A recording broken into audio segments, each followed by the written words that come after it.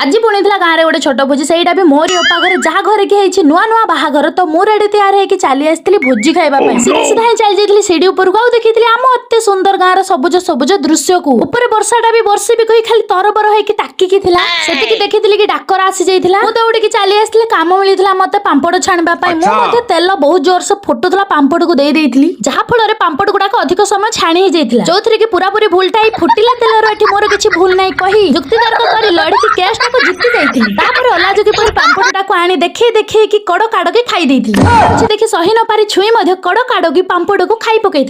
Time आसी ही जाइए भोजी खाइबार nonveg एठी नाही कारण मु प्योर भेज मनीष आउ काहाको देखै पारबेनी कारण जी आसीबाको चाहेनी मु ताको कैमरा सामने रे आनेनी एइटा मोर गोटे बहुत भलो गुण भोजी खाई के आसिला बेलको शक्ति कापुर तार बुलेट धरी आउ ठेकी तार लंडा मुंडा को ठो ठो करी खेलु थाई तांकर एई छतर पते देखि चली आस्तिला जदी वीडियो भल लागत लाइक करबे शेयर करबे सब्सक्राइब तो बाय बाय।